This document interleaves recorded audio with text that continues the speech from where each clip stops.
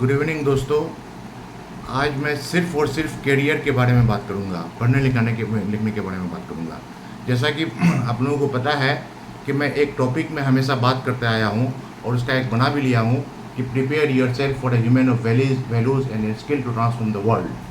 तो मैं दो बात कहना चाहूँगा कि हर एक इंसान के अंदर में दो चीज़ अगर होगा, यानी संस्कार और दूसरा स्किल, तो पूरी दुनिया में शांति आ जाएगी। क्योंकि ये दो चीज़ है जो इंसान को इंसान बनाते हैं। ह्यूमैनिटी को रिटेन करने के लिए दो चीज़ की सख्त ज़रूरत है। और इस चीज़ के लिए सबसे पहले मैं बात करूँगा कि हमारे बच्चे जो 10th करते हैं, 10th करने के बाद वो जो डिफरेंट कोर्सेज को सेलेक्ट करते हैं, तो उसमें एक प्रॉपर करियर गाइडेंस की ज़रूरत है। क्योंकि वहाँ पर बच्चे 10th तक तो ठीक है सारा सब्जेक्ट पढ़ते हैं, लेकिन 10th करने के बाद बहुत सारा बाइफर्केशन है। क्योंकि 10th करने के बाद कुछ सर्टिफिकेट कोर्सेज हैं, कुछ डिप्लोमा कोर्सेज हैं, और इन सारी चीज़ों के अलग अलग ब्रांचेज हैं। ITI कोर्सेज हैं तो उसके अलग ट्रेड्स हैं। फिर 11th में जाते हैं तो आर्ट्स है, साइंस है, कॉमर्स है, उसके बाद बहुत सारा। तो वहाँ पर बच्चे 10th में जो ना बहुत ज़्यादा कन्फ्यूज रहते हैं और उसको कन्फ्यूज़ उनके पेरेंट्स, उनके रिश्तेदार, उनके समाज के लोग भी करते हैं। क्योंकि बच्चों को करियर चूज़ करने के लिए दो चीज़ की ज़रूरत है। मैं तो कहूँगा कि choose your career according to your interest and capabilities. हर बच्चों को, हर पेरेंट्स को, हर टीचर को मैं ये कहूँगा कि बच्चों को उसके इंटरेस्ट के और कैपेबिलिटीज़ के हिसाब से करियर को चूज़ करने के लिए दिया जाए। क्योंकि प्रॉब्लम यहाँ आती है, कोई बच्चा क्या 10th करने के बाद आर्ट्स रखना चाहता है, लेकिन उसके फादर कहते हैं कि नहीं तुमको डॉक्टर बनना है, उसकी मदर कहती है कि तुमको इंजीनियर बनना है, रिश्तेदार कहते हैं कि तुमको लॉयर बनना है। बच्चे कन्फ्यूज हो जाते हैं। तो ऐसे कंडीशन में टीचर्स का बहुत बड़ा रोल है, पेरेंट्स का बहुत बड़ा रोल है, और क्या कहते हैं इन्वायरमेंट का भी बहुत बड़ा रोल है। ऐसे कंडीशन में हमारे बच्चों के अंदर में सबसे पहले ये देखना पड़ेगा कि हमारे बच्चों का किस सब्जेक्ट की तरफ इंटरेस्ट है। अगर हमारे बच्चों का अगर कहते हैं मेडिकल करने के लिए अगर कहते हैं, तो अगर हमारे बच्चों का बायोलॉजी की तरफ अगर इंटरेस्ट है तो उसको मेडिकल करने के लिए दिया जाए। अगर बायोलॉजी की तरफ इंटरेस्ट नहीं है, उसको अगर क्या कहते हैं दूसरे सब्जेक्ट में डाल दीजिएगा, तो बाद में फिर उसका मतलब दिक्कत हो जाती है। तो एक इंटरेस्ट, दूसरा कैपेबिलिटीज़। ठीक है, बहुत सारे बच्चे ये कहते हैं कि मुझे नीट की तैयारी करनी है, MBBS करना है, तो ये भी जज करने की ज़रूरत है कि क्या हमारे बच्चे नीट क्वालिफाई कर पाएंगे कि नहीं कर पाएंगे। दूसरी बात, अगर कोई बच्चे इंजीनियरिंग की तैयारी करना चाहते हैं तो इंजीनियरिंग की तैयारी करने के लिए फिजिक्स केमिस्ट्री मैथ रखना होता है। तो ये देखना पड़ेगा कि उन बच्चों का जो क्या कहते हैं फिजिक्स केमिस्ट्री मैथ की तरफ इंटरेस्ट है कि नहीं है, प्लस उसके अंदर में कैपेबिलिटीज़ है कि नहीं है। नहीं तो बहुत सारे बच्चे हमारे 10th करने के बाद सर्टिफिकेट कोर्स भी कर सकते हैं, अलग अलग सब्जेक्ट में सर्टिफिकेट कोर्स भी होते हैं। वो ITI कोर्स भी कर सकते हैं, ITI के वेरियस ट्रेड्स होते हैं। और ऐसी बात नहीं है कि छोटे कोर्सेज में जॉब नहीं मिलता है। अगर जॉब का अगर देखा जाए तो एक पिरामिडल होता है, यानी कि छोटे डिग्री में ज़्यादा जॉब होता है। जैसे कि किसी बच्चे ने 10th किया और 10th करने के बाद कोई सर्टिफिकेट कोर्स किया, 10th करने के बाद उन्होंने ITI किसी ट्रेड्स में किया, तो अलग अलग ऑर्गेनाइजेशन में बहुत सारे जॉब्स हैं। रेलवे में है, बैंक में है, अलग अलग सेक्टर में, PSUs में है, अलग अलग सेक्टर में बहुत सारे जॉब हैं। तो मेरा ये कहना है कि कोई भी चीज़ बड़ा नहीं होता है, कोई भी चीज़ छोटा नहीं होता है। अगर आप जिस चीज़ को कर पाएँ, सपोज़ कीजिए कि कोई बच्चा ड्रीम क्या कहते हैं इंटरेस्ट उसका बहुत है कि मैं IAS बनूँ, लेकिन उसके अंदर में कैपेबिलिटीज़ अगर नहीं है तो वो 10 साल 20 साल पढ़ाई करने के बाद वो नहीं हो पाता है, कामयाब नहीं हो पाते हैं। अगर उसके एवज़ में अगर बच्चा अगर देख ले कि नहीं हमारी सलाहियत नहीं है, हम उतना आगे तक नहीं जा सकते हैं, तो वो बच्चे क्या करें, छोटे कोर्स करें। छोटे कोर्स में मैं बता रहा हूँ, छोटे कोर्स में आपका सर्टिफिकेट कोर्स भी कर सकते हैं 10th करने के बाद।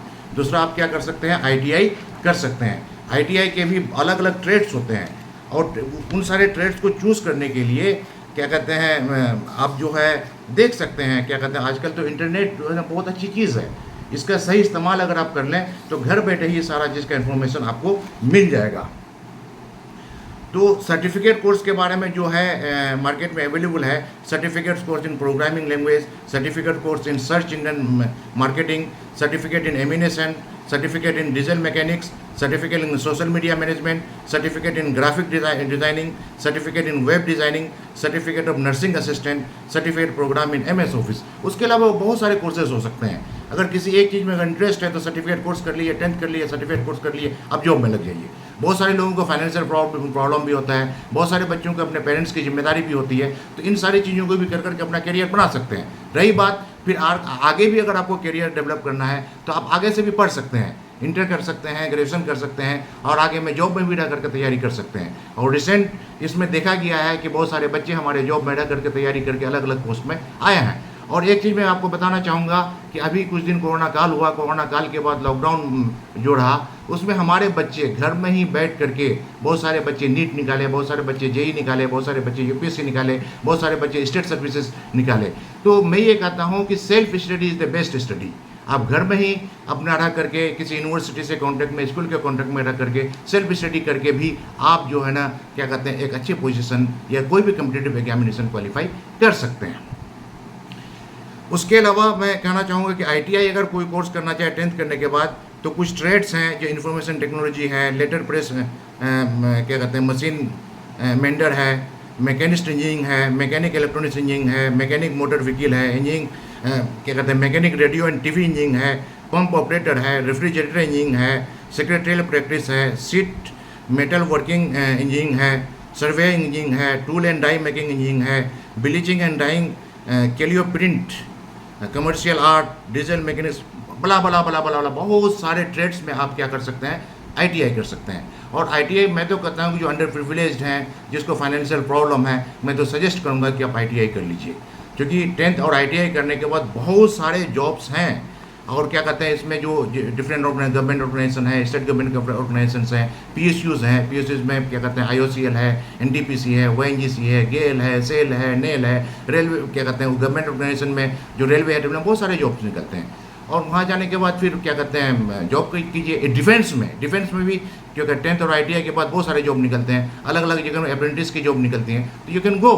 और वहाँ जाने के बाद अगर आपको आगे भी पढ़ाई करने का मन हो तो आगे आप पढ़ाई कर सकते हैं, आगे में हर्डल नहीं है। मैं तो कहूँगा कि अपने ड्रीम को, अपने गोल को ऊंचा से ऊंचा रखिए, लेकिन ऊंचा से ऊंचा रखने का मतलब एक चीज़ आपका जो कैपेबिलिटीज़, पता चला कि हम क्या कहते हैं नीट की तैयारी कर रहे हैं या जेई की तैयारी कर रहे हैं, 2 साल 4 साल 5 साल ख़राब कर दे, पता नहीं कुछ नहीं हुआ, तो something is better than nothing. तो बहुत ही सोच समझ करके 2 बात, कैपेबिलिटीज़ और इंटरेस्ट, दोनों का बहुत ज़रूरी है। ये 2 चीज़ नहीं होने की वजह से हमारे बच्चे भटकते रहते हैं। और मैं हमारे पेरेंट्स से कहना चाहूँगा कि आप बच्चों को जो है ना प्रेशर नहीं दें, क्योंकि बहुत सारे रिसेंट केसेस देखे गए हैं कि हमारे बहुत सारे बच्चे पीयर प्रेशर की वजह से बहुत परेशानी में रहे हैं। बाद में क्या कहते हैं पेरेंट्स ने उसे प्रेशर दे करके नीट की तैयारी करने के लिए भेज दिए, बच्चा का मन ही नहीं लग रहा है और ये हो गया। तो हमारे बच्चों का और ह्यूमन राइट भी है, हम क्या खाएंगे, क्या पढ़ेंगे, क्या पहनेंगे, हमारा अधिकार है। तो हमारे बच्चों के ह्यूमन राइट का वायलेशन न हो।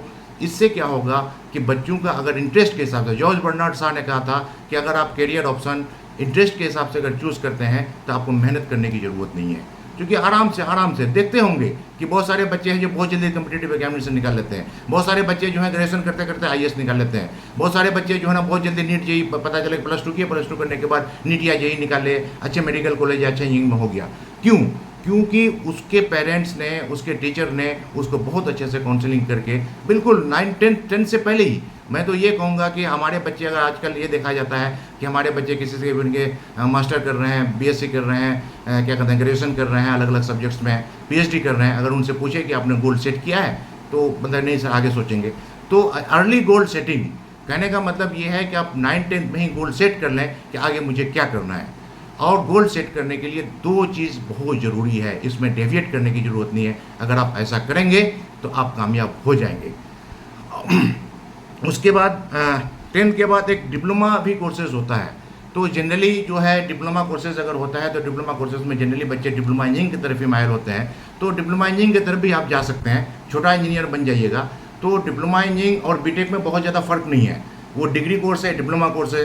बीटेक वालों के लिए जिस ऑर्गेनाइजेशन में जॉब्स हैं उतने जॉब्स क्या कहते हैं डिप्लोमा इंजीनियर्स के लिए हैं, अलग अलग ब्रांचेस में होता है। और एक बात मैं ये कहना चाहूँगा कि डिप्लोमा इंजीनियरिंग के अलावा बहुत सारी चीज़ों में डिप्लोमा होता है, जैसे कि diploma in physiotherapy, diploma in plastic technology, diploma in social media management, diploma in textile designing, diploma in web development, diploma in xray technology, diploma in event management, blah blah blah blah blah blah blah बला बहुत सारे list हैं। अगर मैं पढ़ूँ तो बहुत ज़्यादा ये हो जाएगा, फिर भी मैं कोशिश करूँगा कि ज़्यादा से ज़्यादा इन्फॉर्मेशन मैं आप लोगों को दूँ।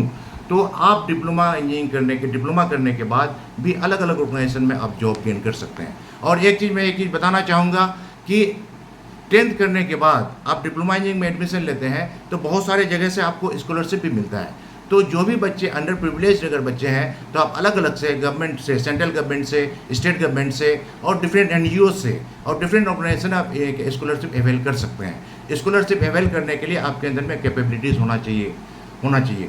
इसीलिए मैं कह रहा हूँ कि सारे बच्चों के अंदर में अगर हमारे अंदर में सलाहियत होगी, अगर हमारे अंदर में स्किल होगा तो मुझे दुनिया की कोई ताकत नहीं रोक सकती है। और स्किल को डेवलप करने के लिए हमें मेहनत करना पड़ेगा।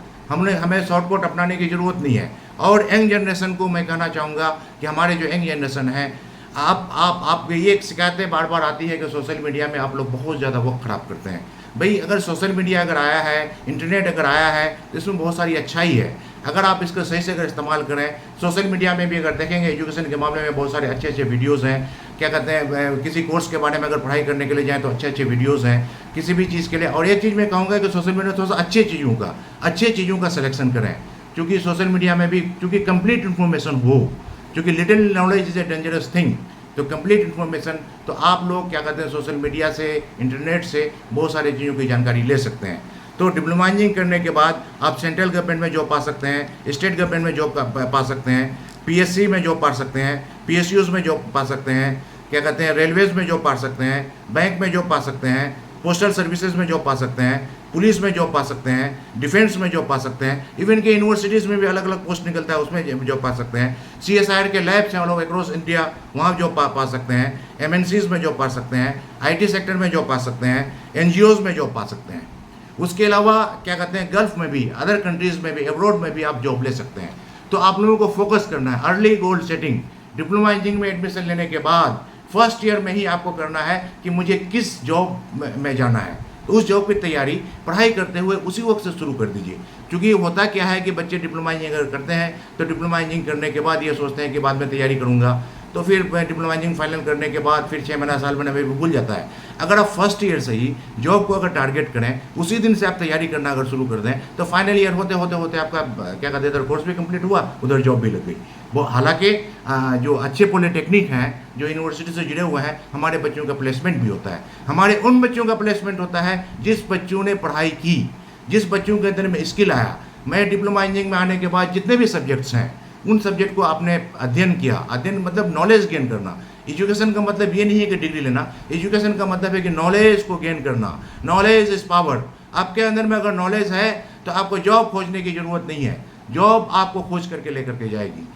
तो आप ये कर सकते हैं क्या कहते हैं डिप्लोमा इंजीनियरिंग का बहुत अच्छा। मतलब मैं तो कह रहा हूँ कि 3 साल 10th के बाद 3 साल के जॉब में चले गए, फिर बाद में बहुत सारे जो क्या कहते हैं कंपनीज होती है आपको बीटेक भी कराती है, आप वहाँ से बीटेक भी कर लीजिएगा।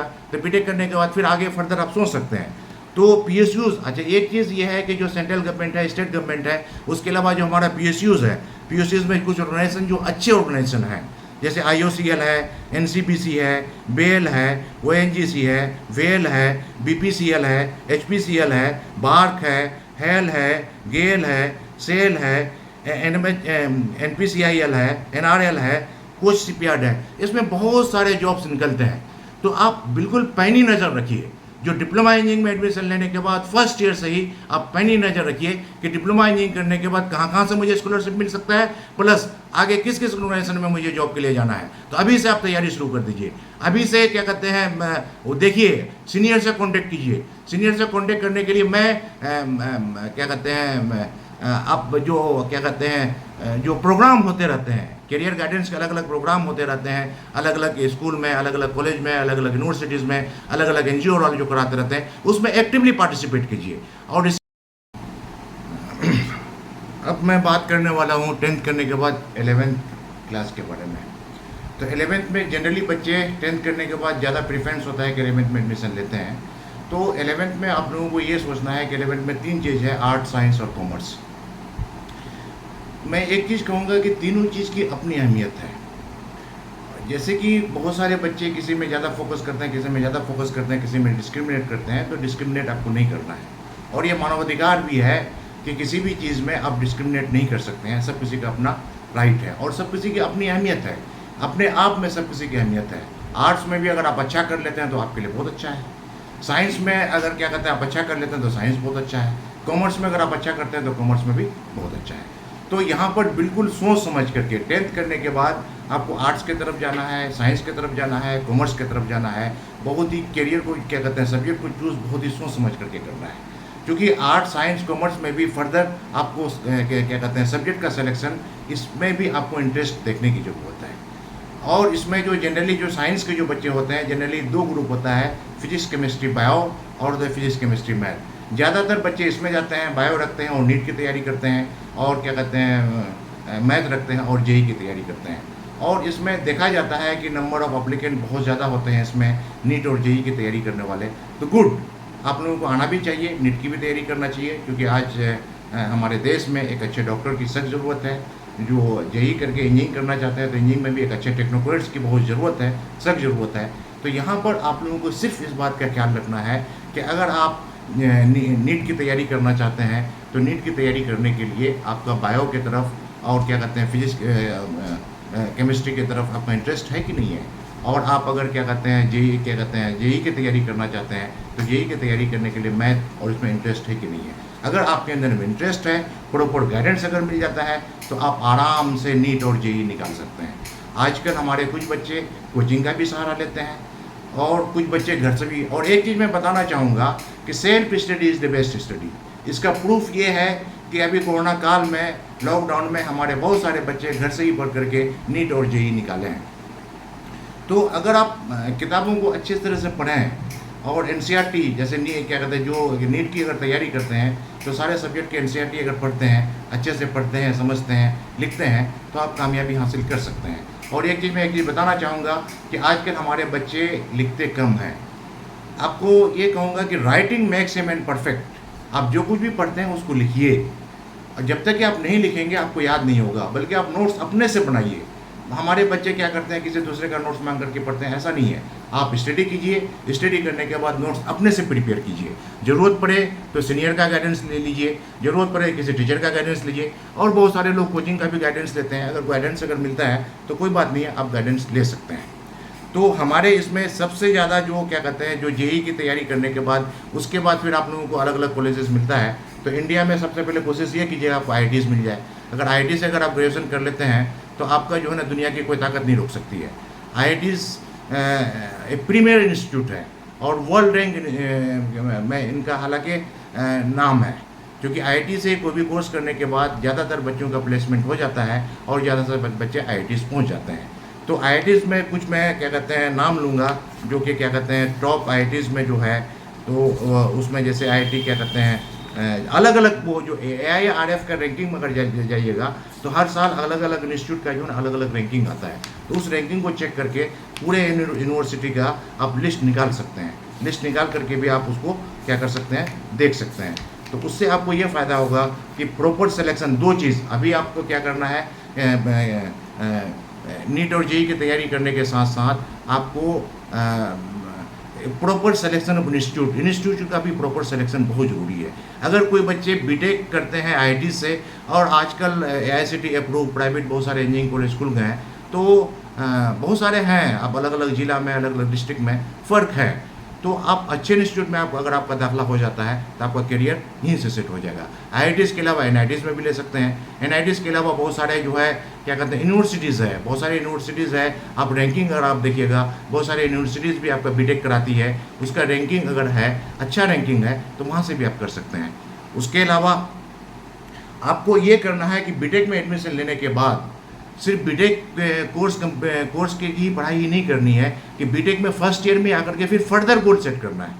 फर्दर गोल सेट करने के बाद फिर वहाँ से बाइफर्केशन है। बीटेक करने के बाद ग्रेजुएट हो जाइएगा तो ग्रेजुएशन के बाद आप IAS की तैयारी कर सकते हैं, IAS की तैयारी कर सकते हैं। उसके अलावा बहुत सारे बच्चे कैट की तैयारी कर सकते हैं जो IIM से मैनेजमेंट के लिए। बहुत सारे बच्चे क्या कहते हैं फॉरेन यूनिवर्सिटी से हायर स्टडीज़ के लिए उसकी तैयारी कर सकते हैं। तो मैं हमारे बच्चों को ये सजेस्ट करूँगा कि बीटेक में जाने के बाद फर्स्ट ईयर से ही आप गेट की तैयारी शुरू कर लीजिए। गेट ब्रह्मास्त्र है। गेट के बेसिस पर अलग अलग ऑर्गेनाइजेशन में आपको आराम से जॉब मिल जाएगा, प्लस गेट के बेसिस पर आप अलग अलग यूनिवर्सिटीज़ में एमटेक में एडमिशन ले सकते हैं, या ड्यूअल डिग्री बीटेक एमटेक दोनों होता है, उसमें भी आप क्या कहते हैं हायर स्टडीज़ में आप जा सकते हैं। तो इस चीज़ के लिए आपको अभी से ही सोचना पड़ेगा, अभी से ही क्या कहते हैं गोल सेट करना पड़ेगा। क्योंकि होता क्या है कि बहुत सारे बच्चे अभी सर अभी तो क्या कहते हैं बीटेक कर लेता हूँ उसके बाद सोचूंगा, तो फिर बीटेक करने के बाद फिर गोल सेट करना, प्लान करना अलग हो जाता है। तो एक मतलब एक बिल्कुल बहुत सोच समझ करके बीटेक फर्स्ट ईयर से ही अगर आप गोल सेट करते हैं कि मुझे आईएएस की तैयारी करनी है, मैं तो इनकरेज करता हूँ कि हमारे बच्चे ज़्यादा से ज़्यादा बच्चे आईएएस की तैयारी करें। अगर जनरली ये देखा भी गया है कि आईआईटियंस या बीटेक वाले बच्चे क्या कहते हैं आईएएस या यूपीएससी ज़्यादा निकालते हैं, तो उसके पीछे रीज़न ये है कि जो बच्चे बीटेक करते हैं, एक तो आईआईटी तैयारी करने के लिए जेईई का क्वालिफाई करना बहुत टफ होता है। उसके अलावा जब आईआईटी में चले जाते हैं, आईआईटी में उन लोगों को पढ़ना होता है 4 साल, तो उन लोगों को रोलिंग फ्रीक्वेंसी बढ़ जाती है। और दूसरी बात ये होती है कि उनके पास फेयर ऑफ इनसिक्योरिटी नहीं होता है, तो ऐसे बच्चे हमारे यूपीएससी क्वालिफाई कर पाते हैं। बल्कि मैं ज़्यादातर बच्चों से ये कहूँगा कि आप लोग यूपीएससी की तैयारी कीजिए, होना नहीं होना अलग सी बात है। और एक बात मैं बताऊँ आप लोगों को कि अगर आप ईमानदारी से यूपीएससी की तैयारी कीजिएगा, अगर यूपीएससी में अगर आपका नहीं भी होता है ना, बहुत सारे ऑप्शन है, अपने आप हो जाएगा। और मैं आईएएस की तैयारी करने के लिए इस वजह से कहने के लिए कह रहा हूँ कि जब आप आईएएस की तैयारी करेंगे तो बहुत सारी चीज़ों को पढ़ेंगे। और आज के टाइम में मल्टी डिसिप्लिनरी एजुकेशन, हमारे इंजीनियर सारे लोगों को बहुत सारे जो हमारा सोसाइटी में क्या हो रहा है, करंट अफेयर्स है और क्या कहते हैं हमारे आसपास क्या हो रहा है उसके बारे में जानकारी होना, ह्यूमन राइट के बारे में जानकारी होना, मोरल वैल्यूज़ के बारे में जानकारी होना, कॉन्स्टिट्यूशनल वैल्यूज़ के बारे में जानकारी होना, ज्योग्राफी के बारे में जानकारी होना, ये सारा चीज़ जब अगर आप आईएएस की तैयारी अगर करते हैं ना, थोड़ा पढ़ना होता है, तो ये सारा चीज़ ज़िंदगी में बहुत ज़रूरी होती है। एक चीज़ मैं आगे चल करके मैं बताऊँगा इसके लिए सस्टेनेबल डेवलपमेंट गोल के 4 गोल के बारे में। तो अगर आप मैं इनकरेज करता हूँ कि यूपीएससी की तैयारी करें, और यूपीएससी की तैयारी करने के बाद अगर आप हो जाता है तो एक अच्छा जॉब भी है आपका, अलग अलग ये होता है। तो आप ये जाएं और ज़्यादा से ज़्यादा बच्चों को मैं इनकरेज करूँगा, क्योंकि नंबर ऑफ अप्लीकेंट क्या कहते हैं थोड़ा सा कम हो रहा है। तो इनको इनकरेज करने के लिए आजकल तो आईएएस की तैयारी कराने के लिए बहुत सारे ऑर्गेनाइजेशंस, बहुत सारे एनजीओज और अलग अलग यूनिवर्सिटीज़ में आरसीए है, residential coaching institute. Residential coaching institute में भी रह करके आप क्या कहते हैं आईएएस की तैयारी कर सकते हैं। हमारे जामिया मिल्लिया इस्लामिया एक आरसी है, हर साल अच्छा रिजल्ट देती है। बगल में हम जामिया हमदर्द है, उसमें भी है, अलीगढ़ मुस्लिम यूनिवर्सिटीज़ में है, यूनिवर्सिटी में है, अलग अलग यूनिवर्सिटी में हर जगह जो है आरसीए है, रेसिडेंशियल कोचिंग इंस्टीट्यूट। और उसके अलावा बहुत सारे फिलंथ्रोपिस्ट जो एनजीओ खोल करके आईएएस की तैयारी कराते हैं, उससे भी आप तैयारी कर सकते हैं। उसके अलावा क्या कहते हैं बहुत सारा जो वक्फ बोर्ड है, अलग अलग स्टेट का वक्फ बोर्ड है, वहाँ से भी तैयारी कराई जाती है, वहाँ से भी रह करके तैयारी कर सकते हैं। तो आजकल तो पढ़ने वाले बच्चों के लिए मुश्किल नहीं है। पढ़ने वाले बच्चों के लिए जो अगर पढ़ना चाहे, जेन्युइनली अगर उसके अंदर में टैलेंट है, तो उसको फाइनेंशियल सपोर्ट देने वाले बहुत चीज़ है। सेंट्रल गवर्नमेंट से आपको एड मिल सकता है, स्टेट गवर्नमेंट से एड मिल सकता है। अभी बिहार सरकार ने एक अनाउंस किया, जो यूपीएससी पूरी तैयारी करता है, पीटी निकालता है, तो उसको 1 लाख रुपया कुछ दिया जाएगा। तो आप अवेल कर सकते हैं। बिल्कुल बिहार में भी, बिहार क्या कहते हैं इसके तरफ बीपीएससी की तैयारी कराने के लिए कोचिंग वगैरह कराई जाती है। मैं अभी हमारी जो मुलाकात हुई थी ऑनरेबल चीफ मिनिस्टर सर से, तो मैं रिक्वेस्ट किया था कि सर नीट की भी तैयारी कराया जाए, क्लेट की भी तैयारी कराया जाए, जेईई की भी तैयारी कराया जाए, यूपीएससी की भी तैयारी कराया जाए, उसके अलावा नेट जेआरएफ की भी तैयारी कराया जाए, कैट की भी तैयारी कराया जाए। हालांकि मैं मेमोरेंडम यहाँ दिया हूँ, तो खैर देखते हैं आगे क्या होता है। तो अभी बिहार में क्या कहते हैं वो बीपीएससी की तैयारी वो लोग कराते हैं, और उसमें वुमेन के लिए भी है इक्वल जेंडर इक्वलिटी, यानी कि दोनों को मैं इनकरेज करता हूँ। हमारी आजकल रिसेंटली ये देखा गया है कि हमारी महिलाएं भी पढ़ने लिखने में आगे हो रही है, अलग अलग कम्पिटिटिव एग्जामिनेशन में आगे बढ़ रही है। फिर भी मैं महिलाओं को और भी इनकरेज करूँगा कि आप लोग आएँ अच्छे समाज का निर्माण करने के लिए। तो इसमें एक चीज़ है कि एक जेईई के अलावा और भी कम्पिटिटिव एग्जामिनेशन होते हैं। एक तो है कॉमन है जेईई मेंस और जेईई एडवांस, उसके अलावा बिटसेट है, वीआईटीई है, आईपीयूसीईटी है, एएमयू बीटेक है, कोमेट के है, NDA entrance with PCM Manipal BTech है, all India engineering entrance exam with PCM है, स्टेट लेवल इंजीनियरिंग एंट्रांस है, इंजीनियरिंग एंट्रांस एग्जामिनेशन है, उसके बाद एचपीसीई है, बहुत सारे हैं अलग अलग इसमें है। तो इन सारे एंट्रांस एग्जामिनेशन अच्छा, अब अच्छे इंस्टीट्यूट में अगर आपको दाखिला अगर हो जाता है तो फर्दर वहाँ से फिर अच्छा सोचने की ज़रूरत है। आप अपने गोल को, अपने ख्वाब को अगर ऊंचा अगर रखेंगे, बहुत ऊंचाई तक अगर नहीं पहुँच पाएंगे, तो आप को बहुत अच्छा चीज़ मिलने वाला है, मिल जाएगा। इसलिए पेशेंस के साथ, हिम्मत के साथ आप मेहनत कीजिए, आपको कामयाबी मिलेगी। उसके अलावा दूसरा, जनरली जो साइंस जो बायोलॉजी रखते हैं, तो जनरली बच्चे हमारे क्या नीट की तैयारी करते हैं। तो नीट की तैयारी करने के लिए फिजिक्स, केमिस्ट्री और क्या कहते हैं बायो पढ़ना होता है। तो जेई से नीट का कंपटीशन थोड़ा सा आसान होता है, और हमारे बच्चे नीट निकालते भी हैं, और नीट निकालने के बाद इंडिया में सबसे अच्छा institute all India institute medical science है। बहुत सारे मेडिकल कॉलेजेस हैं, इवन के प्राइवेट मेडिकल कॉलेजेस भी, और बहुत सारे प्राइवेट मेडिकल कॉलेज उसका रैंकिंग अच्छा है। तो आप अच्छे से, मतलब ये सोचना है कि भाई मेरा बायोलॉजी में इंटरेस्ट है कि नहीं है। अगर इंटरेस्ट नहीं है तो मैं इंकरेज नहीं करूँगा कि आप नीट की तैयारी करें।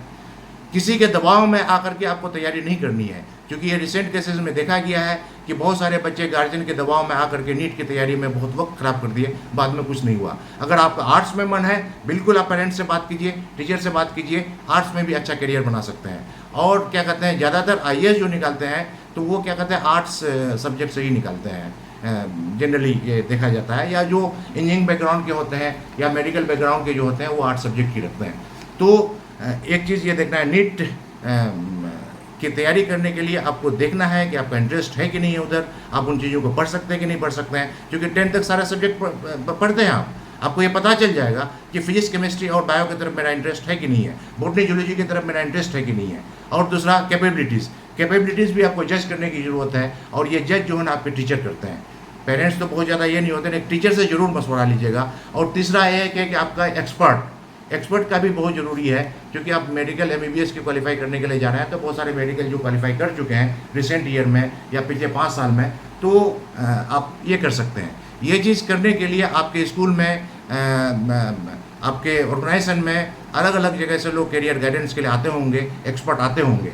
मैं भी मतलब इस चीज़ से जुड़ा हुआ हूँ कि मैं अलग अलग जगह में अलग अलग सब्जेक्ट के एक्सपर्ट को लेकर के वहाँ पहुँचूँ, ताकि हमारे बच्चे उनसे सवाल करके या उनसे बातचीत करके, उनसे काउंसलिंग करके ये पता कर पाए कि मेरे अंदर में कैपेबिलिटी है कि नहीं है। तो आप इन सारे प्रोग्राम में आप अटेंड कर सकते हैं। आजकल तो स्टेट गवर्नमेंट की तरफ से, सेंट्रल गवर्नमेंट की तरफ से, वेरियस वर्क बोर्ड की तरफ से, और क्या कहते हैं डिफरेंट एनजीओज़ की तरफ से करियर गाइडेंस वाला प्रोग्राम होते रहता है।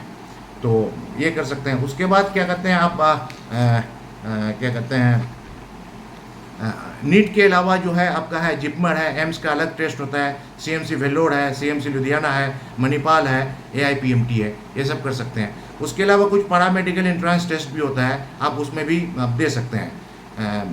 जैसे Orissa JEE, Gujarat CET, WB JEE, west Bengal AP EAMCET, TS EAMCET, UPSCT और एमएसटी सीईटी, बिटसेट, ये सारा एग्ज़ाम आप क्वालिफाई कर सकते हैं। ये सारा क्वालिफाई करके मैं तो इनकरेज करूँगा हमारे बच्चों को, आप क्या है बुलंद रखिए, अपने इरादे बुलंद रखिए, अपने क्या कहते हैं सोचिए कि मेरा एम्स में ही हो जाए। एम्स को अगर टारगेट किया जाए, एम्स अगर नहीं भी मिलेगा तो अच्छा मेडिकल कॉलेज मिल जाएगा। तो बेस्ट विशेष मैं हमारे बच्चों को मैं बेस्ट विशेष करूँ। और एक चीज़ मैं बताना चाहूँगा, मैं केमिस्ट्री का असिस्टेंट प्रोफेसर हूँ जामिया मिलिया इस्लामिया में। तो आगे मैं सोचा हूँ कि केमिस्ट्री में वीडियो बनाऊँ 11th-12th के लिए। तो 11th-12th में जो नीट की जो तैयारी करते हैं, जो जेई की तैयारी करते हैं, तो उनको भी बेनिफिट होगा। फर्दर वीडियो मैं कोशिश करूंगा बनाने के लिए। बाकी अभी आप लोगों को मैं जो मेडिकल के, और एक चीज़ मैं ये बताऊंगा कि अगर आप लोगों का एमबीबीएस में अगर दाखिला हो भी जाता है, वहाँ भी रह करके आप आईएएस की तैयारी कर सकते हैं। क्योंकि ये रिसेंट देखा गया है, ज़्यादातर आईएएस क्वालिफाई जो करते हैं बीटेक होते हैं, एमबीबीएस होते हैं। क्योंकि उसका वजह वही है, ये तो नीट क्वालिफाई करना भी क्या कहते हैं टफ है। फिर नीट क्वालिफाई करने के बाद आप 5 साल जो एमबीबीएस करते हैं, एमबीबीएस में बहुत ज़्यादा पढ़ना होता है। तो पढ़ने के बाद आपकी रोलिंग फ्रीक्वेंसी बढ़ जाती है। और आईएएस वगैरह की तैयारी करने के लिए अगर आपको रोलिंग फ्रीक्वेंसी अगर बढ़ जाता है, तो आप आराम से जो है ना क्या कहते हैं एमबीबीएस क्वालिफाई आप आराम से कर सकते हैं। और क्या कहते हैं रोलिंग फ्रीक्वेंसी बढ़ जाएगी तो आप क्या कहते हैं यूपीएससी आईएएस वगैरह की क्वालिफाई कर पाएंगे। मैं सारे बच्चों से कहता हूँ कि आप आईएएस की तैयारी कीजिए। वजह क्या है कि आप आईएएस की अगर तैयारी करेंगे तो आपके अंदर में मल्टी डिसिप्लिनरी एजुकेशन होगा, आपके अंदर में मोरल वैल्यूज़ आएगा, आपके अंदर में कॉन्स्टिट्यूशनल वैल्यूज़ आएगा, आपके अंदर में क्या कहते हैं ज्योग्राफी के बारे में जानकारी होगी, आपके अंदर में आसपास क्या हो रहा है, समाज में, सोसाइटी में क्या हो रहा है उसके बारे में जानकारी होगी, आपके अंदर में ह्यूमन राइट के बारे में जानकारी होगी, आपके अंदर में ह्यूमन राइट के बारे में जानकारी होगी। तो बहुत सारे लोग हैं जो आईएएस की तैयारी किए हैं। आईएएस में अगर हुआ तो ठीक है, अगर नहीं हुआ तो अलग करियर ऑप्शन अब क्या कहते हैं हो जाता है। उसके बाद दूसरा है आप लोगों का जो बच्चे जो जनरली जो क्या कहते हैं जो क्या कहते हैं 12th करने के बाद क्या कहते हैं 12th जो करते हैं आर्ट्स में भी रखते हैं या कॉमर्स में भी रखते हैं। तो जनरली आर्ट्स के बाद एक क्लेट है, जो लॉ के लिए, जो लॉ कॉम्पिटिटिव एग्जामिनेशन है, क्लेट की आप तैयारी कर सकते हैं, क्योंकि लॉ भी एक अच्छा करियर ऑप्शन है। बल्कि मैं तो ये इनकरेज करूँगा कि ज़्यादा से ज़्यादा बच्चे लॉ ग्रेजुएट हों, क्योंकि आज के टाइम में across the globe peace and justice को रिटेन करने के लिए सारे लोगों को लॉ के बारे में जानकारी जरूरी है। बल्कि इतना ही नहीं, बल्कि हर एक नागरिक को लॉ के बारे में जानकारी होना बहुत ज़रूरी है। एटलीस्ट आपका जो हमारा कॉन्स्टिट्यूशन ऑफ इंडिया का एक जो होता है, वो सारा मोटे मोटे तौर पर जानकारी होना जरूरी है। इसलिए क्या कहते हैं, लॉ ग्रेजुएट और एक जो IAS वगैरह की जो तैयारी करते हैं, तो उन लोगों को इंडियन कॉन्स्टिट्यूशन पढ़ना पड़ता है। वो DD बसु की आती है, वो किताब भी हर कोई पढ़ सकते हैं। तो लॉ एक अच्छा करियर ऑप्शन है। आप लॉ करने के बाद एक तो एक आप सोसाइटी को समझ पाइएगा, सोसाइटी को ऑब्जर्व कर पाइएगा, प्लस लॉ करते हुए फर्स्ट ईयर में ही BA LLB फर्स्ट ईयर में आप गोल सेट कीजिए कि लॉ करने के बाद मुझे क्या करना है। मैं तो कहूँगा कि आप IAS की तैयारी करें। IAS की तैयारी अगर करते हैं तो बहुत सारे लॉ ग्रेजुएट भी IAS बने हैं। अगर आप क्या कहते हैं, तो फर्स्ट ईयर से ही आप तैयारी शुरू कर दीजिए, तो आते फाइनल ईयर होते होते आपका मतलब ये क्या कहते हैं, क्वालिफाई हो जाते हैं, बहुत सारे बच्चे क्वालिफाई हो जाते हैं। उसके अलावा बहुत सारे बच्चे जुडिशरी सर्विसेज की भी तैयारी कर सकते हैं। बहुत सारे बच्चों का जो है ना क्या होता है, अपना इंटरेस्ट होता है कि नहीं मुझे क्या कहते हैं प्रैक्टिस करना है, उसमें भी आप कर सकते हैं। बहुत सारे बच्चों का ये होता है कि फॉरेन यूनिवर्सिटी से मुझे हायर स्टडीज़ करने के लिए जाना है, तो आप वहाँ भी जा सकते हैं। तो आप ये कीजिए। तो उसके तो जो सिर्फ लॉ के लिए सिर्फ क्लेट ही नहीं होता है, क्लेट के अलावा जो है आर्मी इंस्टीट्यूट लॉ एंट्रांस है, उसके बाद LSAT है, DU LLB है, APLAWCAT है, TSLAWCAT है, CUCAT है, ULSAT है, CULE है। तो ये सारे हैं कॉमन क्या कहते हैं एंट्रांस टेस्ट फॉर लॉ, जो लॉ की तरफ जाना चाहते हैं। तो लॉ की तरफ ऐसी बात नहीं है कि आर्ट्स वाले ही जाते हैं, साइंस वाले बच्चे भी जाते हैं। बहुत सारे बच्चे क्या करते हैं कि साइंस में ग्रेजुएशन कर लिया, साइंस में +2 कर लिया, तो साइंस के बाद अलग अलग चीज़ में, अलग अलग फील्ड में वो जाते हैं। तो बहुत सारे बच्चे देखा है कि लॉ करने के बाद बहुत सारे बच्चे +2 करने के बाद, साइंस में +2 करने के बाद लॉ ग्रेजुएट किए हैं। आप कर सकते हैं। तो इसके लिए आपको लॉ करने के लिए आपको अच्छे इंस्टीट्यूट का सिलेक्शन जरूरी है। तो आप AIRF का इसमें जाइएगा, नेट में अगर जाइएगा तो रैंकिंग आता है, रैंकिंग में अच्छे इंस्टीट्यूट से आप ये कर सकते हैं। उसके अलावा जो बच्चे कॉमर्स रखते हैं, तो जनरली कॉमर्स के लिए जो है ना CPT जो एंट्रेंस टेस्ट है, CPCT है, उसके NMIMS है, NPAT है, सिम्बोसिस ACT है, JBI एंट्रेंस एग्जामिनेशन है, DUJET है, उसके बाद IPU-CAT है, BHU-EAT है, उसके बाद RU-EAT है, JSAT है, LPU-ACT है, IMMAT है, SET है, NIFT है। इन सारी चीज़ों से आप कॉमर्स ग्रेजुएट आप ये कर सकते हैं। और कॉमर्स के बारे में तो बहुत मतलब ये है कि अच्छे इंस्टीट्यूट हैं, आप अच्छे इंस्टीट्यूट से कॉमर्स से अगर आप ये कर लेते हैं बहुत अच्छा करियर ऑप्शन है। और उसके अलावा आप मैनेजमेंट की तरफ भी जा सकते हैं। कॉमर्स में अगर +2 कर लेते हैं, +2 करने के बाद कॉमर्स में ग्रेजुएशन करते हैं, अलग अलग कोर्स करने के बाद आप आराम से मैनेजमेंट कैटेगरी की भी तैयारी कर सकते हैं। उसके अलावा फैशन डिज़ाइनिंग एंट्रेंस एग्जामिनेशन होता है, तो उसके लिए जो national institute of fashion technology है उसका भी एग्जामिनेशन आप दे सकते हैं। National institute of design NID exam होता है, वो दे सकते हैं। MAEER MIT institute of design, वहाँ भी आप ये ले सकते हैं। Career for environmental planning and technology, वहाँ भी ले सकते हैं। All India entrance examination for design, उसका Symbiosis institute of design examination, footwear design and development institute, national institute of fashion design, इसमें भी ले सकते हैं। उसके अलावा कुछ जो है defence and marine entrance examination है, इंडियन मेरीटाइम इंस्टीट्यूट कॉमन, बहुत सारे बच्चों का डिफेंस में जाने का शौक़ है तो वो भी इसमें जा सकते हैं। Indian navy BTech entrance scheme है, Indian army technical entry scheme है, नेशनल डिफेंस एकेडमी है, नफल एकेडमी एग्जामिनेशन है, इंडियन नेवी सेलर रिक्रूटमेंट है, इसमें भी आप जा सकते हैं, आराम से अच्छा करियर बना सकते हैं। ये सारे अच्छी चीज़ें हैं। उसके अलावा जो आर्ट्स एंड ह्यूमैनिटीज़ जो एंट्रेंस एग्जामिनेशन है, जैसे BHU-EAT है, DU-EAT है, JNU-EE है, CUCET है, SAT है, IPU-CAT है, IIT Madras humanities and social science entrance examination, TISS bachelors admission test, उसके बाद English and foreign language university Hyderabad entrance test, इसमें आप जा सकते हैं। उसके अलावा बहुत सारे बच्चों का क्या कहते हैं इसमें अगर इंटरेस्ट हो क्या कहते हैं एग्रीकल्चर के तरफ, तो एग्रीकल्चर के तरफ भी आप क्या कर सकते हैं, मूव कर सकते हैं। एग्रीकल्चर की तरफ आप आराम से मूव कर सकते हैं। जो एग्रीकल्चर के लिए जो है क्या कहते हैं एग्रीकल्चर एंट्रेंस जो टेस्ट है जो है Indian council of agriculture research ICAR, KEAM, उसके अलावा HORTCET, APEAMCET, BCECCE, क्योंकि अलग अलग स्टेट में भी एग्रीकल्चर इंस्टीट्यूट है, JCECE, CGPAT-JE एग्रीकल्चर भी एक अच्छा करियर ऑप्शन है। और अगर देखा जाए हमारे देश में अगर 10 साल अगर आई है, आप लोग जानते होंगे ग्रीन रिवोल्यूशन को लाने वाले डॉक्टर स्वामीनाथन थे। एक तरह 10 साल आ गई थी, तो खेती फसलों के पैदावार को बढ़ाने के लिए डॉक्टर MS स्वामीनाथन ने मतलब फसलों के पैदावार पर बहुत काम किए थे। तो आप एग्रीकल्चर नीड है, हर एक लोगों की ज़रूरत है, बल्कि डेट इज़ बेसिक नीड है। अगर ज़िंदगी अगर जी रहे हैं तो सबसे ज़्यादा ज़रूरी अगर है तो हमारा खुराक की ज़रूरत है, और खुराक हमारा एग्रीकल्चर में आएगा। तो एग्रीकल्चर में भी एक अच्छा करियर आप बना सकते हैं। अलग अलग जगह में आप आगे आप BSc कर सकते हैं, क्या कहते हैं MSc कर सकते हैं, फिर PhD कर सकते हैं, और मतलब ये अच्छा करियर ऑप्शन है। वहाँ से निकलने के बाद और जो एग्रीकल्चर ग्रेजुएट हैं, तो एग्रीकल्चर ग्रेजुएट भी क्या कहते हैं IAS की तैयारी कर सकते हैं। एक चीज़ मैं आपको बताऊँ कि आंध्र प्रदेश के हैं डॉक्टर हरीश सर, वो क्या कहते हैं वो असम में हैं पोस्टेड, वो IAS हैं, और क्या कहते हैं उनका एग्रीकल्चर सब्जेक्ट था, एग्रीकल्चर और बॉटनी से IAS क्वालिफाई किए थे।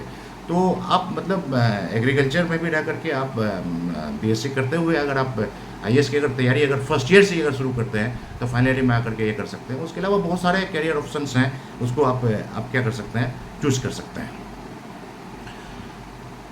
उसके अलावा एक चीज़ जो देखा जाता है कि कुछ बच्चे बाहर जाना चाहते हैं, विदेश जाना चाहते हैं 12th करने के बाद। तो 12th करने के बाद IELTS आप दे सकते हैं, TOEFL दे सकते हैं, GRE दे सकते हैं, और मेडिकल अगर वहाँ से कोई करना चाहते हो तो MCAT दे सकते हैं। अब उसके अलावा लॉ अगर करना चाहते हैं तो LSAT दे सकते हैं। एक चीज़ मैं आपको बताना चाहूँगा कि जो बच्चे फ़ॉरेन जाना चाहते हैं MBBS करने के लिए या बीटेक करने के लिए भी बहुत सारे बच्चे जाते हैं, तो एक जो है ना कंट्री का सिलेक्शन बहुत ज़रूरी है, क्योंकि फ़ॉरेन से वापस आने के बाद फिर इंडिया का MCA आपको क्वालिफाई करना पड़ेगा। तो आप ये देखिए कि बहुत सारे बच्चों को देखा गया है कि इंडिया आने के बाद MCA का जो टेस्ट है क्वालिफाई नहीं किया, तो थोड़ा सा दर दर भटक रहे हैं। तो अब भाई अगर आप इंडिया छोड़ करके अगर बाहर अगर जाते हैं तो अच्छे कंट्रीज़ में जाइए, मैं इनकरेज करूँगा। वहाँ बहुत सारे क्या कहते हैं यूनिवर्सिटीज़ में आपको स्कॉलरशिप मिल जाता है, अगर GRE अगर है आपके पास तो ये इनकरेज करूँगा मैं। और बहुत सारे जो कंट्रीज़ में बहुत सारे बच्चे जो जाते हैं बाद में फिर वापस आकर के जो कामयाब नहीं हो पाते हैं, तो थोड़ा सा तकलीफ़ होती है। तो यहाँ थोड़ा सा सोचने की ज़रूरत है कि किस यूनिवर्सिटी में जा रहे हैं, मतलब आप किस कंट्री में जा रहे हैं, ये बहुत बड़ा रोल आपको क्या कहते हैं प्ले करेगा।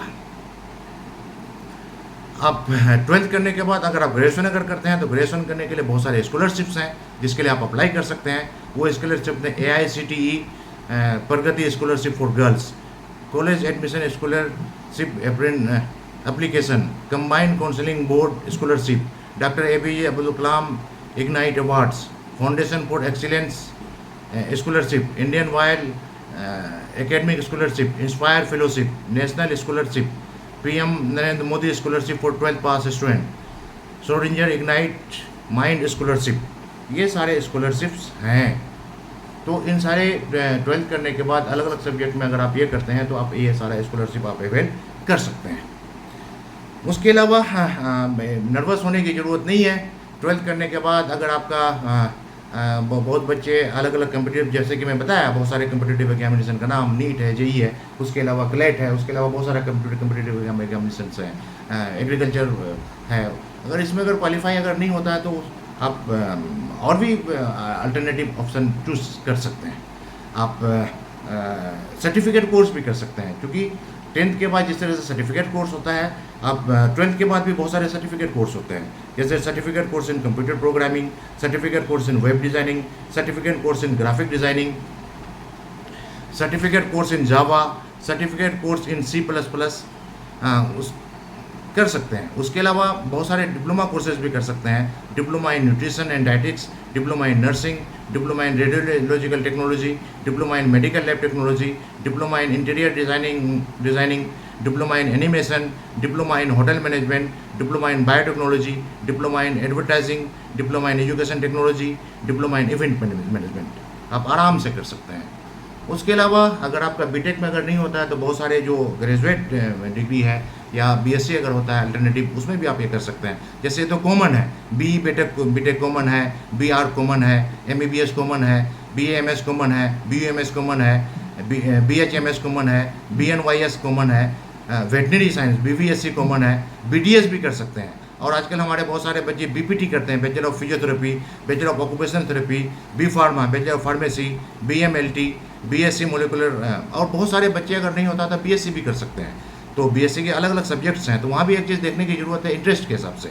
तो बीएससी मोलिकुलर बायोलॉजी है, बीएससी रेडियोलॉजी है, बीएससी नर्सिंग है, बीएससी एनाटॉमी है, बीएससी एनेस्थेसिया है, बीएससी कार्डियोलॉजी है, बीएससी क्लिनिकल रिसर्च है, बीएससी न्यूट्रिशन एंड डाइटिक्स है, बीएससी लाइफ साइंस है, बीएससी जूलॉजी है, बीएससी मैथमेटिक्स है, बीएससी फिजिक्स है, बीएससी केमिस्ट्री है, बीएससी एनवायरमेंटल साइंस है, बीएससी फूड टेक्नोलॉजी है, बीएससी फॉरेस्ट्री है, बीएससी जियोलॉजी है, बीएससी होम साइंस है, बला बला बला बला बीएससी के बहुत सारे कोर्सेज हैं। तो आप बीएससी भी कर सकते हैं। और एक चीज़ मैं बताऊंगा, बीएससी आप कीजिएगा तो बीएससी करने के बाद आप ग्रेजुएट हो जाइएगा, तो ग्रेजुएट हो जाए तो आप यहाँ से भी आप आईएएस की तैयारी कर सकते हैं, या फिर यहाँ से गोल सेट करके आप यहाँ भी रह करके आप कैट की तैयारी कर सकते हैं। अगर कैट आप तैयारी करते हैं तो आप आईआईएम से मैनेजमेंट कर लीजिएगा। जब आईआईएम से मैनेजमेंट कर लीजिएगा तो लाखों करोड़ों में प्लेसमेंट होता है, आपका कैरियर ऑप्शन सेट हो जाएगा। तो उसके अलावा एक चीज़ ये है कि बीएससी करने के बाद जो है ना आईआईटी से एमएससी करने के लिए जैम होता है, joint admission test for masters. तो अगर आप अलग अलग साइंस से अगर बीएससी अगर करते हैं अलग अलग यूनिवर्सिटी से, तो फर्स्ट ईयर से ही आप जैम की अगर तैयारी अगर शुरू कर लें तो मास्टर डिग्री आप आईआईटी से कर सकते हैं। आईआईटी अगर घुस गए तो फिर वो एक अच्छी चीज़ है। मैं देखा कि मैं था आईआईटी कानपुर में 6 महीना में एज ए प्रोजेक्ट एसोसिएट काम किया था। तो आईआईटी में आप किसी भी कोर्स में अगर आप जाते हैं तो आपको रोलिंग फ्रीक्वेंसी बढ़ जाती है। एक चीज़ मैं ये बताना चाहूँगा कि आईआईटीज़ में सिर्फ इंजीनियरिंग या साइंस की ही पढ़ाई नहीं होती है, हर चीज़ की पढ़ाई होती है। हर आईआईटीज़ में मैनेजमेंट है, हर आईआईटीज़ में ह्यूमैनिटी सोशल साइंस, ये सारा चीज़ भी है। तो आप आराम से जो है ना आईआईटीज़ आप जा सकते हैं। डिज़ाइनिंग का कोर्स है, तो मैं कहूँगा कि आप ये कीजिए कि एकदम अच्छा अपना जो है ना कि गोल को जो है अच्छा रखिए। कोशिश ये कीजिए कि इंडिया में जो प्रीमियर इंस्टीट्यूट है, आईआईटीज़ है, एनआईटीज़ है, एनआईटी है, और जो सीएसआईआर के जितने सारे लैब्स हैं, तो वो अच्छे इंस्टीट्यूट का एक फ़ायदा ये होता है कि वहाँ से एक अच्छा इन्वायरमेंट मिलेगा। अच्छा इन्वायरमेंट मिलेगा तो वहाँ से आपको आगे चलने में आसानी होती है। आप ये सारा चीज़ कर सकते हैं। तो उसके अलावा मतलब जो आर्ट्स स्ट्रीम के बच्चे हैं, मैं हमारे आर्ट्स स्ट्रीम के बच्चों को इनक्रेज करूँगा कि आपको डिमोरलाइज नहीं होना है, क्योंकि हमारे बहुत सारे बच्चे जो इंजीनियरिंग की तैयारी करते हैं, मेडिकल की तैयारी करते हैं, तो वो चौड़ा हो जाता है, मैं तो डॉक्टर बनूंगा, मैं तो इंजीनियर बनूंगा, बेचारे आर्ट्स वाले दुखी हो जाते हैं। नहीं, तो मैं पहले भी बताया कि हर एक चीज़ की अपनी अहमियत है। आप साइकिल चलाते हैं, रिक्शा चलाते हैं, बस चलाते हैं, साइकिल ही चलाते हैं, एक ट्यूब होता है, बल्ब होता है, अगर उसको अगर निकाल दें तो वो नहीं चलेगा, बल्कि उसकी अहमियत छोटी सी है। और आप जानते होंगे कि मतलब हर चीज़ की अपनी अहमियत है। खाने में नमक थोड़ा सा ही डालते हैं, उसकी ज़रूरत है। और हमारे पास जो है ना ये पूरी दुनिया, आपको ये समझना है कि पूरी दुनिया एक गाँव है, पूरी दुनिया के सारे नागरिक जो है ना क्या कहते हैं एक दूसरे में भाई हैं। तो और पूरी दुनिया के सारे लोग इक्वल हैं, दैट इज़ ह्यूमन राइट। आप कहीं भी अगर चले जाते हैं तो आपको डिस्क्रिमिनेट नहीं करना है। तो आप में जो आर्ट्स के बच्चे हैं, साइंस के और आर्ट्स के अगर बच्चे हैं, अगर आप दिल अगर छोटा करते हैं तो आप दिल छोटा ना करें, क्योंकि आपके लिए खुशखबरी मैं ये बताने वाला हूँ कि आर्ट्स के बच्चे ज़्यादा कामयाब होते हैं। और बल्कि जो आईएएस वगैरह की जो तैयारी करते हैं ज़्यादातर आर्ट्स का ही सब्जेक्ट रखते हैं। और आर्ट्स के बच्चे क्या कहते हैं क्रिएटिव होते हैं, वो सोसाइटी को बहुत अच्छा समझते हैं। साइंस के बच्चे क्या होता है कि वो लोग बिल्कुल एक अलग दुनिया होती है, लैब में इधर उधर। तो हाँ, आर्ट्स के बच्चे एक मतलब एक आप सोसाइटी को कंट्रीब्यूट कर सकते हैं। सोशोलॉजी है, पॉलिटिकल साइंस है, ह्यूमन राइट है, बहुत सारे बच्चे जाकर के इसमें काम कर सकते हैं, ह्यूमन राइट के बारे में काम कर सकते हैं। एक वाइड है, मतलब अहमियत है, मतलब ये नहीं कि साइंस का भी अपना एक अहमियत है, आर्ट्स का भी अपना अहमियत है, कॉमर्स का भी अपना अहमियत है। तो आर्ट्स के बच्चे अगर आप ये कर सकते हैं, आप जो ग्रेजुएशन अगर कर सकते हैं, बीए एलएलबी कर सकते हैं, बीए इंग्लिश कर सकते हैं, बीए फाइन आर्ट कर सकते हैं, बीए साइकोलॉजी कर सकते हैं। मैं एक चीज़ ये बताना चाहूँगा कि आज के डेट में बीए साइकोलॉजी इसका क्रेज़ बढ़ रहा है, क्योंकि आजकल क्लिनिकल साइकोलॉजिस्ट की सख्त ज़रूरत है। और आने वाले दिनों में मैं भी एक मैं जो हेल्थ मिनिस्टर से भी बात किया था, क्योंकि आज के टाइम में सारे लोगों को जो है क्या कहते हैं बहुत सारा प्रॉब्लम आ रहा है, क्योंकि हर एक इंसान के अंदर में एक क्या कहते हैं 5 चीज़ें होती है physical level, mental level, emotional level, psychological level और स्पिरिचुअल लेवल। तो आज के टाइम में साइकोलॉजिकल लेवल में, चूँकि मैं बताऊंगा मॉरल वैल्यूज़, तो मॉरल वैल्यूज़ में मैं बात करूंगा कि किस तरह से मतलब ये पांचों एक दूसरे से इंटरकनेक्टेड है और किस तरह से ये सोसाइटी को हार्म करता है या सोसाइटी को फ़ायदा पहुंचाता है।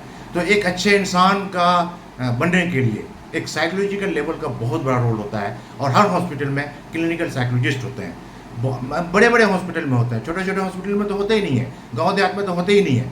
तो क्लिनिकल साइकोलॉजी के बारे में अवेयरनेस क्रिएट करना बहुत ज़रूरी है। हर एक जगह में, हर एक गांव में, हर एक मोहल्ले में, हर एक जो है मेडिकल का जो एक हॉस्पिटल का होता है, हर जगह एक क्लिनिकल साइकोलॉजिस्ट की आज के टाइम में सख्त ज़रूरत है।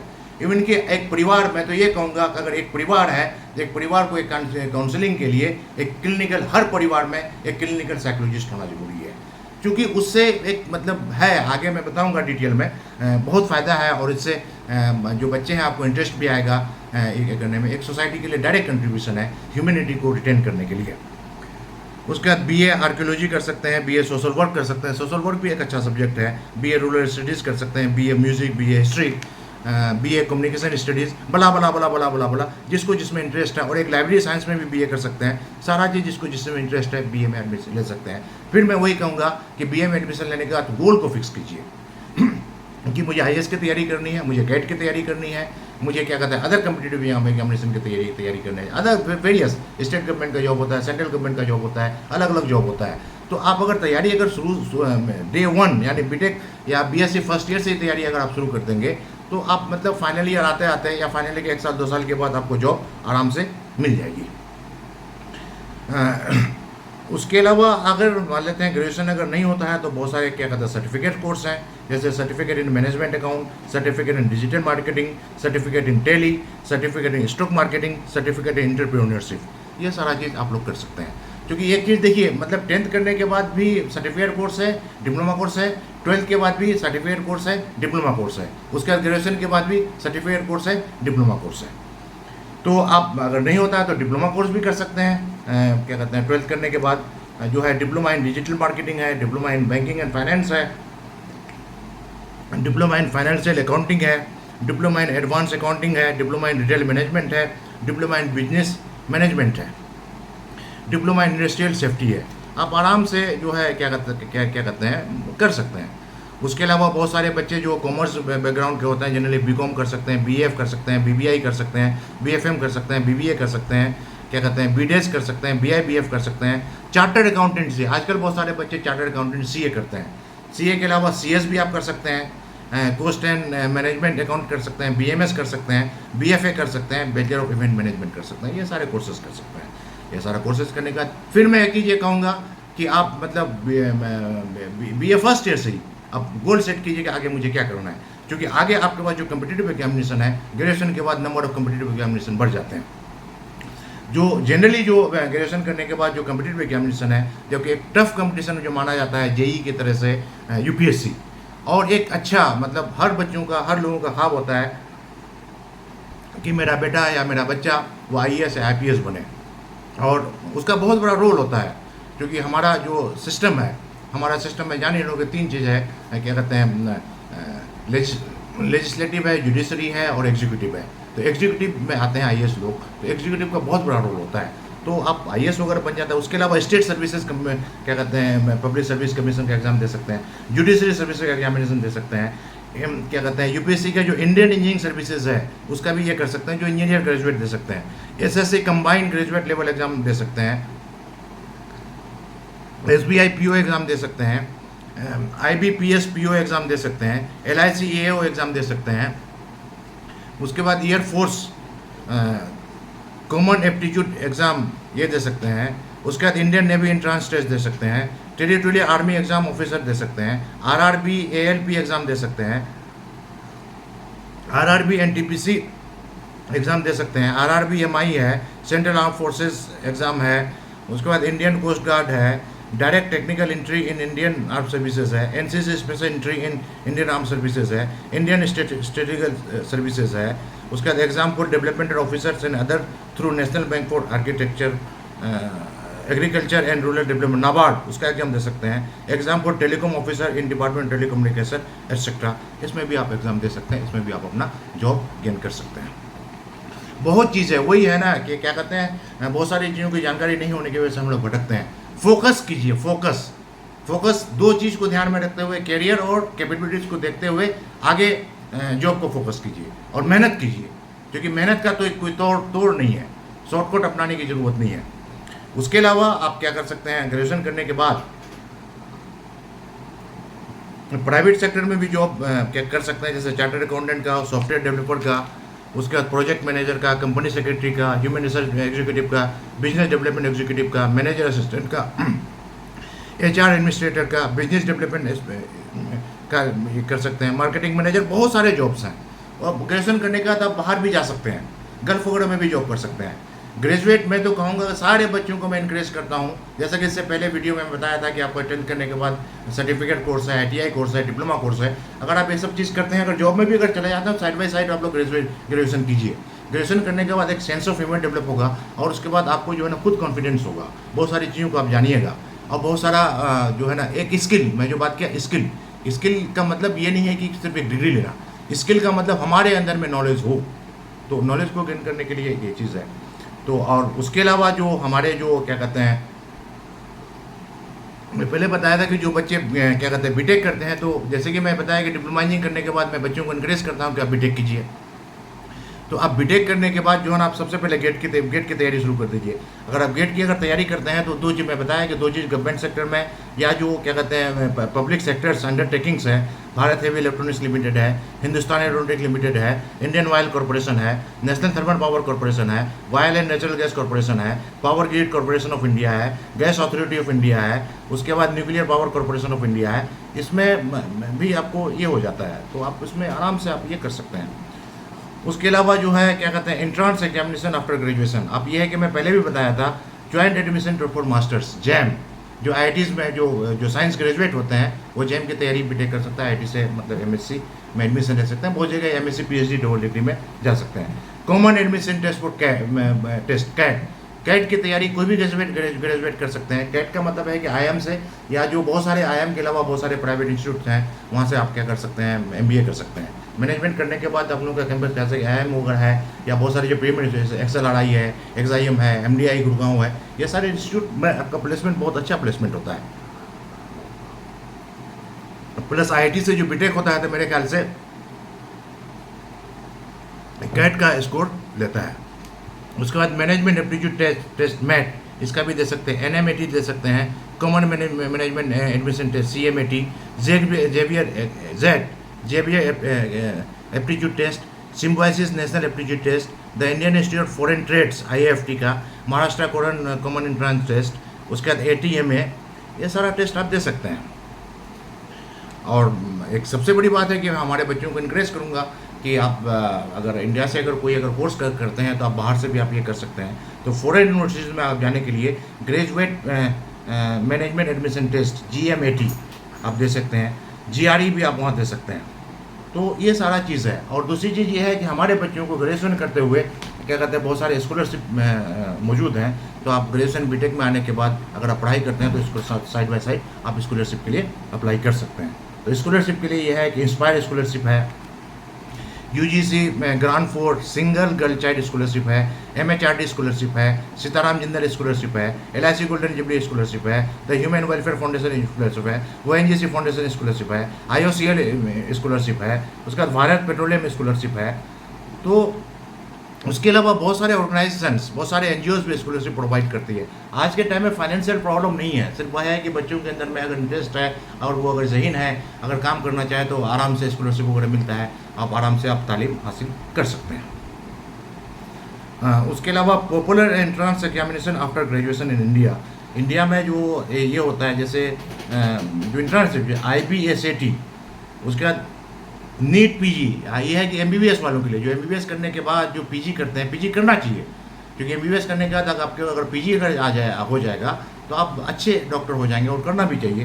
तो अब उसके बाद अच्छे जगह से पीजी आपको। और क्योंकि एक चीज़ एमबीबीएस बच्चों के लिए दिक्कत ये आती है, एमबीबीएस में बहुत सारे चीज़ हैं, लेकिन पीजी में एडमिशन करने के लिए अगर जाता है तो पीजी में जो है ना बहुत कम सीट होता है, तो नीट पीजी टफ है। जेआईपी एमआर पीजी मेडिकल एंट्रांस, तो ये सारा चीज़ है, ये सारा चीज़ जो है आप क्या कहते हैं, ये करने के बाद आप भाई मैं तो कह रहा हूँ हमारी तो नेक ख्वाहिश है कि हमारे देश में एक अच्छा ब्यूरोक्रेट्स आए, हमारे देश में एक अच्छा टेक्नोक्रेट्स आए, एक हमारे देश में एक अच्छे लॉयर आए, हमारे देश में एक अच्छा वकील क्या कहते हैं जज आए, हमारे देश में एक अच्छा इंजीनियर आए, हमारे देश में एक अच्छा डॉक्टर आए, तभी तो देश का निर्माण होगा ना। और इन सारी चीज़ों के लिए है कि honesty is the best policy.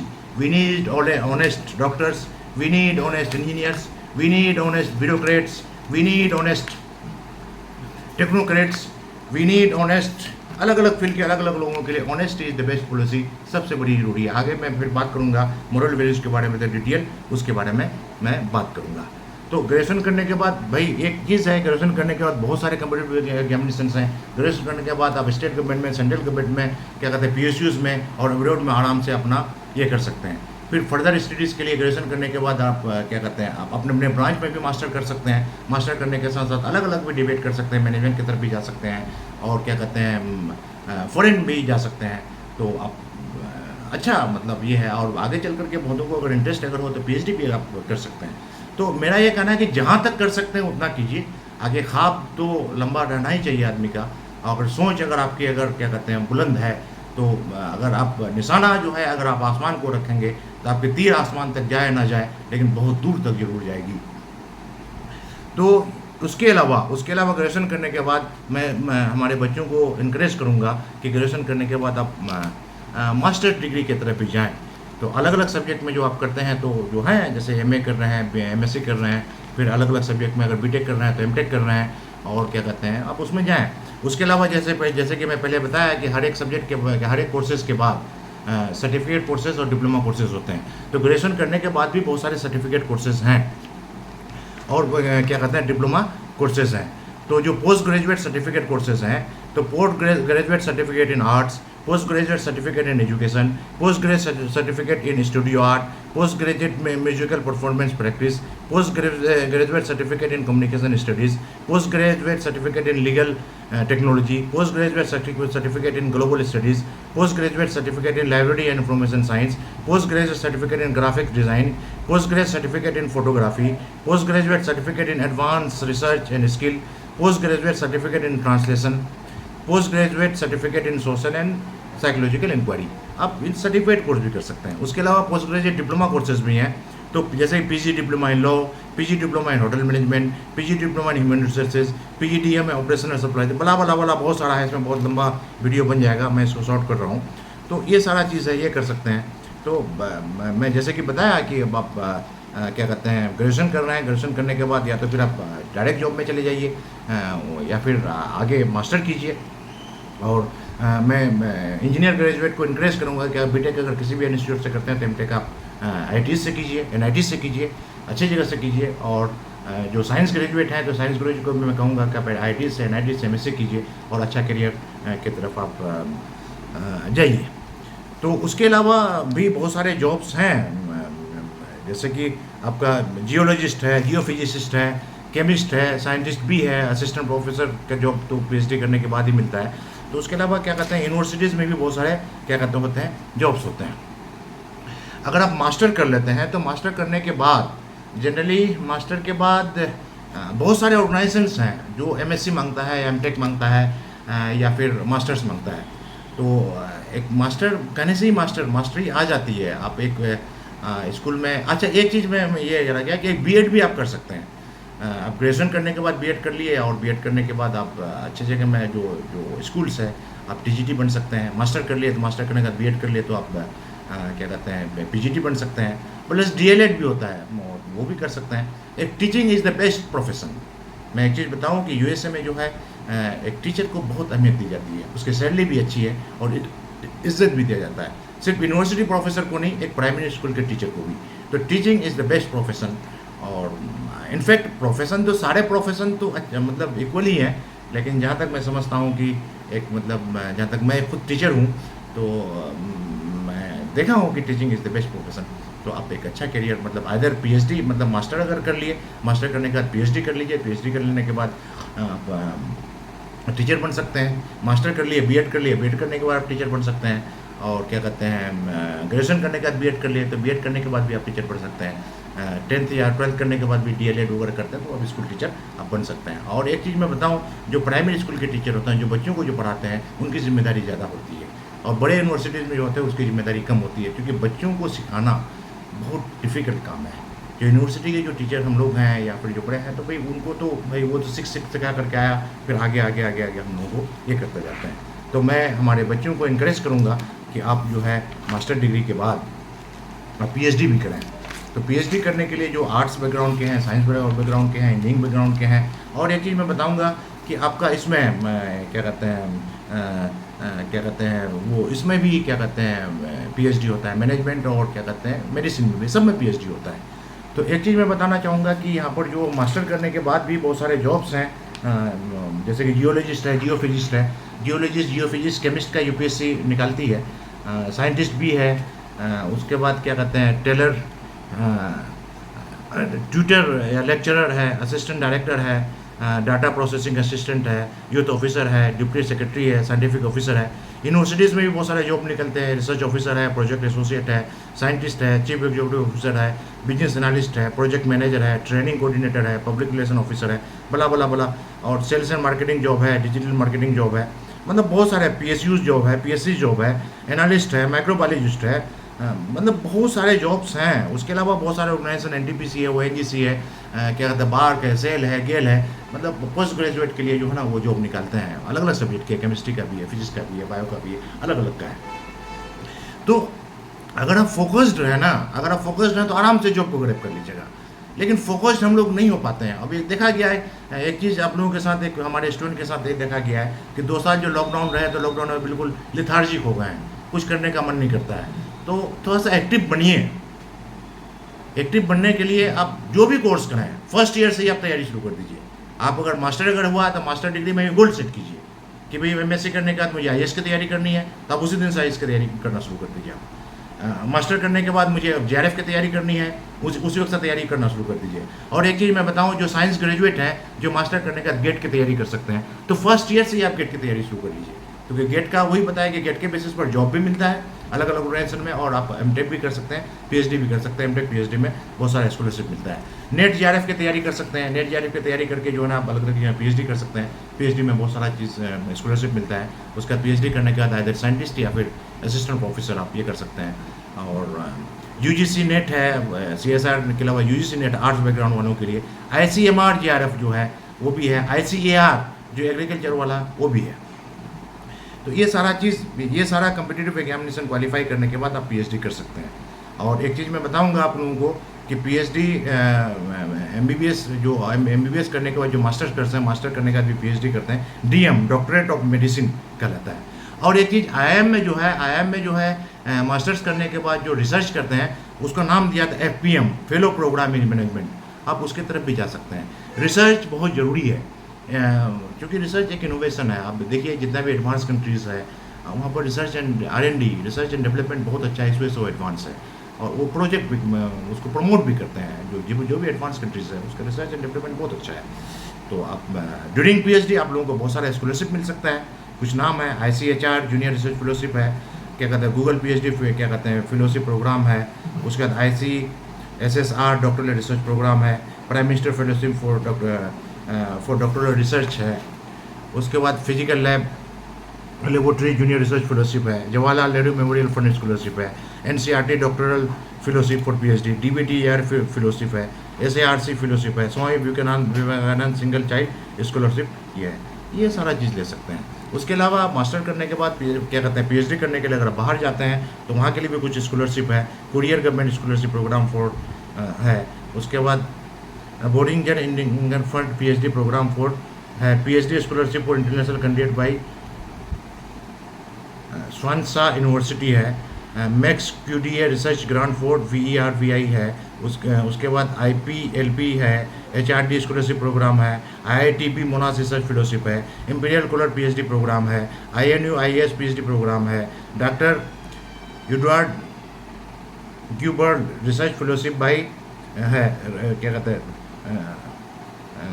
By doctor Edward गुबलिन association for research, sir Ratan Tata trust and Navjyoti Ratan trust by trans trust, ये है। Commonwealth PhD programme for Commonwealth है, Fulbright Kalam climate fellowship है, उसका Ramachandra fellowship by GOI government of India and government of France है, president's PhD programme by Imperial है, Japanese government MEXT scholarship by MEXT Japan है, उसके बाद New Zealand Commonwealth scholarship programme भी जो है, ये सारा बाहर से भी बहुत सारे बच्चे जो है बाहर से भी PhD करते हैं और मतलब करते हैं और ये करते हैं। तो उसके बाद जो PhD करने के बाद आपको जो जॉब मिलेगा वो असिस्टेंट प्रोफेसर है, साइंटिस्ट है, साइंटिफिक ऑफिसर है, कुछ रिसर्च एसोसिएट है, पोस्ट डॉक्टरल रिसर्च फेलोशिप। हाँ, एक चीज़ ये है कि आप बहुत सारे बच्चे इंडिया से PhD करने के बाद बाहर पोस्ट डॉक्टरल रिसर्च के लिए जाते हैं। हमारे भी बहुत सारे फ्रेंड गए हैं, बहुत सारे फ्रेंड वहीं जॉब करके वहीं सेटल हो गए और बहुत सारे लोग इंडिया में आकर के सर्व कर रहे हैं IITs NITs में, तो कर सकते हैं। क्या उसके बाद पोस्ट डॉक्टर क्या कहते हैं, डेवलपमेंट राइटर का भी आप जॉब मिल सकता है, असिस्टेंट डायरेक्टर अलग अलग ऑर्गेनाइजेशंस में ये कराता है, प्रोग्राम ऑफिसर है, और UPSC का भी एक निकलता है जो क्या कहते हैं उसमें बहुत सारे जॉब्स होते हैं अलग अलग, इसमें कुरिकुलम डिज़ाइनिंग है, स्टाफ कल्चर है, तो इसमें इन सारी चीज़ों में आप ये कर सकते हैं। तो मैं अभी जो मैं पूरा डिटेल जो बताया, मैं 10th करने के बाद सर्टिफिकेट कोर्स कर सकते हैं, ITI कोर्स कर सकते हैं, डिप्लोमा कोर्स कर सकते हैं, उसके अलावा क्या कर सकते हैं 11th में ले सकते हैं एडमिशन। तो 11th में 3 पार्ट है आपका, क्या कहते हैं आर्ट्स है, साइंस है, कॉमर्स है। उसके अलावा आप ग्रेजुएशन कर सकते हैं, उसमें अलग अलग स्ट्रीम है, मास्टर कर सकते हैं, मास्टर से लेकर PhD कर सकते हैं। तो आप लोगों को एक बात को ध्यान रखना है कि जो भी कोर्स करते हैं तो कोर्स करने के ड्यूरेशन में आप स्कॉलरशिप अवेल कर सकते हैं, प्लस कोर्स करने के ड्यूरेशन में फर्दर आपको क्या करना है, फर्स्ट डे से ये तैयारी शुरू कर देनी है। अगर आप ऐसा करते हैं तो कामयाबी आपके कदम चूमेगी। तो यहाँ तक डिटेल करियर गाइडेंस हुआ, क्योंकि मैं यूनाइटेड नेशन के सस्टेनेबल डेवलपमेंट गोल पर काम कर रहा हूँ, तो मैं 4 गोल को मैं रखा हुआ हूँ। एक है quality education, peace and justice, gender equality and good health and wellbeing. एक इसको लेकर के ये सारे इंसान की ज़रूरत है। तो इसके बाद आगे मैं इसमें क्या कहते हैं बात करूँगा। तो